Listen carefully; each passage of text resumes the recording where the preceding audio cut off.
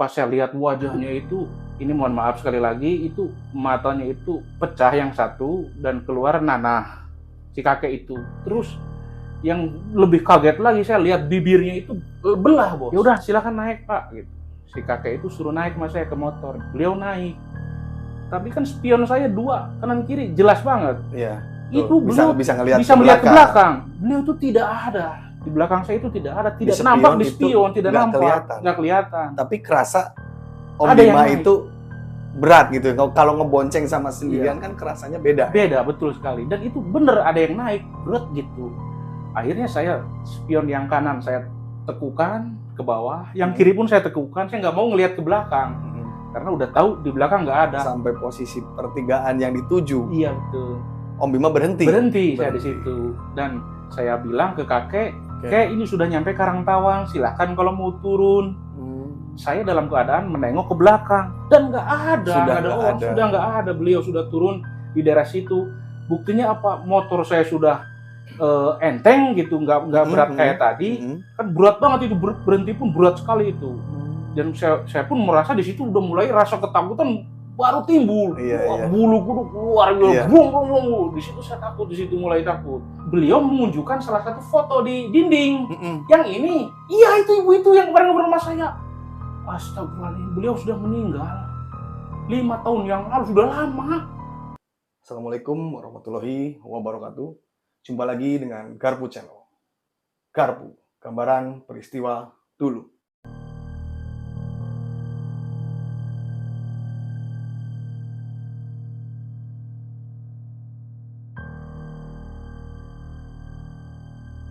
Kali ini Garpu Channel kedatangan narasumber dari wilayah Cilacap bagian barat. Nah, narasumber kita ini mengalami kisah mistis ketika dulu dia bekerja sebagai debt collector. Bagaimana ceritanya? Kita simak bersama. Selamat malam, Om Bima. Selamat malam, Mas Garpu. Ya. Bagaimana Om Bima? Kisah atau pengalaman mistis Om Bima ketika waktu itu sedang menjalani tugas sebagai debt collector. Silakan untuk diceritakan. Iya, betul sekali. Jadi kejadian mistis ini saya alami pribadi pada tahun 2014. Jadi sekitar 9 tahun yang lalu. Pada saat itu saya masih kerja sebagai debt collector atau debit collector gitu. Tukang tagih ini ceritanya. Ini serius. Ya. Diawali pada saat itu akhir bulan kita setelah closing lah, setelah penutupan sebuah penarikan, kita laporan ke atasan. Pada saat itu kita ngelembur sampai malam. Jadi saya laporan tagihan pada bulan itu direkap semua sampai selesai itu jam 11, kurang lebih jam 11 malam. Jam 11 malam. Kantor saya saat itu di Sidarja, dekat lampu merah di sanalah, di salah satu finance swasta yang ada di Indonesia. Jadi pada saat itu setelah selesai closing, semua udah beres, input sudah selesai, saya berpamitan pulang sama bos saya, sama atasan saya. Setelah saya keluar dari kantor, gerimis. Ya mungkin sekitar sudah beberapa menit dari jam 11, berarti sekitar setengah 12-an, kurang lebihnya setengah 12 malam itu. Ya. Sedangkan dari Sidarja ke tempat rumah saya kurang lebih 1 jam perjalanan. Jadi saya terus pulang dari kantor, pas nyampe di pertigaan Uringin gitu, namanya daerah Uringin, pertigaan Uringin itu saya berhenti. Waduh, ini kok sangat sepi. Akhir bulan saat itu malam Jumat. Nggak tahu lah Jumat apa, yang jelas malam Jumat, besoknya kan kita mau libur gitulah, ada akhir bulan, Jumatnya tanggal merah. Jadi saya berhenti dulu di pertigaan Uringin sambil memandang ke arah jalan ke depan. Kok sepi sekali, nggak ada kendaraan lewat, tengah malam, cuaca gerimis. Akhirnya saya standarkan motor, saya sambil nyalain rokok, saya ngomong sendiri ceritanya. Ya siapa tahu nanti di depan ada muatan, entah itu apa kek, entah itu siapa kek, saya sompral lah ibaratnya. Iya. Saya bawa, yang penting niatnya mau nemenin saya pulang ke rumah. Karena saya dalam hati saya tahu, jadi daerah yang akan saya lalui itu banyak hutan, dan di situ ada yang namanya daerah Cimaung. Saya merinding Cimaung. juga ini, ya daerah Cimaung. Cimaung. Ini tuh, Iya, bener saya merinding iya, ini. iya. Jadi Iya. di Cimaung itu ya cukup sport jantung saya kalau lewat situ tengah malam.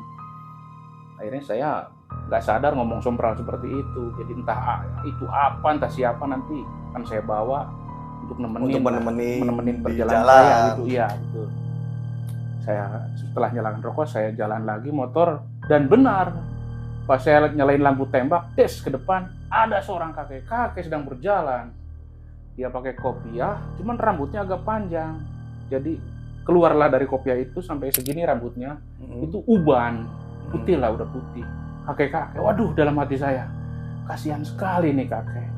Mungkin ini yang akan menemani saya nanti di perjalanan nyampe ke daerah sananya Cinangsi, apa namanya sebelum Cetak, Karangtawang. Nyampe Karangtawang daerah sana. Oke lah, saya samperin si kakek itu. Saya berhenti di depannya persis, di sebelahnya gitu, cuman agak depan. Saya tanya, "Kek, mau kemana?"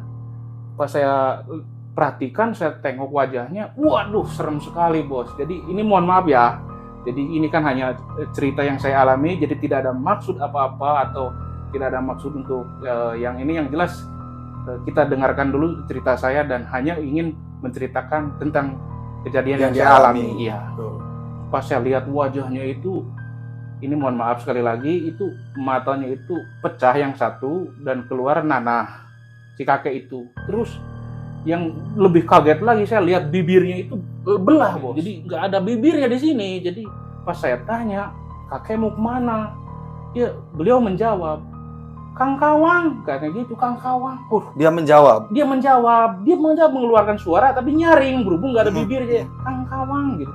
Saya tahu berarti beliau mau ke Karangtawang. Betul, gitu. Dia menganggukkan kepala. "Ya udah, silakan naik Pak," gitu. Si kakek itu suruh naik sama saya ke motor. Beliau naik. Tapi kan spion saya 2 kanan kiri jelas banget. Iya. Itu beliau bisa melihat ke belakang. Beliau itu tidak ada. Di belakang saya itu tidak ada, tidak nampak di spion, tidak nampak, nggak kelihatan. Tapi kerasa Om Bima itu berat gitu. Kalau ngebonceng sama sendirian kan kerasanya beda. Beda, betul sekali. Dan itu bener ada yang naik, berat gitu. Akhirnya saya spion yang kanan saya tekukan ke bawah, yang kiri pun saya tekukan. Saya nggak mau ngelihat ke belakang karena udah tahu di belakang nggak ada. Tapi saat itu saya tidak takut sama sekali karena tidak dalam hati tidak berpikir apa-apa. Karena di awal pun saya bilang, entah itu siapa, yang penting niatnya baik, mau menemani saya. Seperti itu bos, saya berpedomannya. Setelah saya tutupkan semua spion, saya jalan. Begitu beratnya itu motor, tapi lambat laun melewati hutan Cimaung, hutan yang banyak hantunya lah di situ. Menurut mitos warga di situ. Saya sih belum pernah ini, cuman di situ memang sangat mengerikan, gelap tempatnya karena di kampung.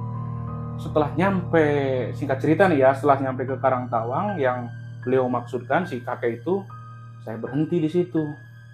"Kek, silakan, udah nyampe nih pertigaan Karangtawang, dan kesananya itu sudah banyak rumah, dan saya pun sudah nggak takut dari situ, Mas Garpu. Karena sudah masuk ke perkampungan, dan itu Karangtawang itu bener-bener titik kesananya itu perkampungan. Kita udah lepas dari hutan itu.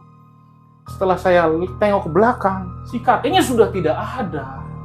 Waduh, dan motor pun sudah enteng, udah nggak kayak berat tadi, dan kembali saya merinding lagi ini. Jadi si kakek itu sudah tidak ada. Akhirnya spion saya buka lagi ke atas. Sebentar saya potong dulu. Iya, Om Bima.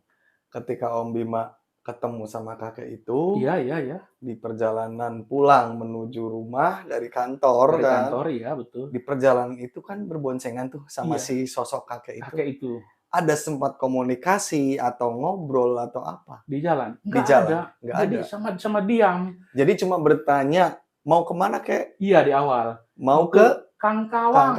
Ke Karangtawang. Ke daerah Karangtawang. Ketika sudah sampai posisi pertigaan yang dituju. Iya, betul. Om Bima berhenti saya di situ. Dan saya bilang ke kakek, Kayak ini sudah nyampe Karangtawang, silahkan kalau mau turun. Saya dalam keadaan menengok ke belakang dan nggak ada orang, sudah nggak ada. Beliau sudah turun di daerah situ. Buktinya apa? Motor saya sudah enteng gitu, nggak berat kayak tadi. Kan berat banget itu, berhenti pun berat sekali itu. Dan saya pun merasa di situ udah mulai rasa ketakutan baru timbul. Bulu kuduk keluar, di situ saya takut, di situ mulai takut. Orang saya langsung tancap gas pulang. Nah, besoknya itu belum selesai cerita. Jadi saya masih penasaran. Saya cerita ke keluarga lah gitu. Saya masih sampai penasaran. Rumah jam berapa itu, Mas? Sampai rumah sekitar jam 1:30 kurang lebih. Setengah satu malam, betul sekali. Jadi saya cerita ke keluarga gini. Besoknya saya penasaran. Datangin lagi sama saya ke Karangtawang itu. Ke daerah Karangtawang itu. Iya, ke daerah Karangtawang itu. Nah, di situ ada yang penjual soto di pertigaan. Saya tanya beliau, seorang ibu gitu, pada saat itu seorang ibu udah setengah baya lah. Saya ceritakan kejadian semalam. Nah, saya cerita sama ibu-ibu si pemilik soto itu gitu. Bu, semalam saya begini, saya bawa seorang kakek gini. Ciri-ciri fisiknya seperti ini, terus bibirnya gini. Nah, si ibu itu menjawab, saya merinding lagi. Nggak apa-apa, Mas. Itu mah baik, sering menolong orang. Jadi dia nggak jahat. Jadi buktinya aja si Mas aja semalam diantar sampai situ. Merinding nih. Merinding ya, saya merinding lagi nih. Saya merinding terus saya cerita ini, bener. Aduh. Iya. Kemudian? Dan ibu itu bilang, ya situ bersyukur. Maksudnya ada yang menemani. Seandainya kalau tidak ada si kakek itu mungkin entah itu apa gitu. Jadi takutnya di jalan ada hambatan atau apa. Jadi ditemani sama beliau, kita perasaan tenang, berkendara pun kita tenang, walaupun dia itu berat.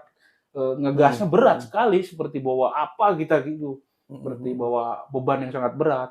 Tapi intinya si kakek itu baik karena menemani saya di dalam perjalanan itu. Seperti itu, Mas. Sosok yang Om Bima bonceng itu sosok makhluk astral. Dan yang lebih kagetnya lagi, Mas Garpu, setelah saya ngobrol sama si ibu itu, saya pulang ke rumah.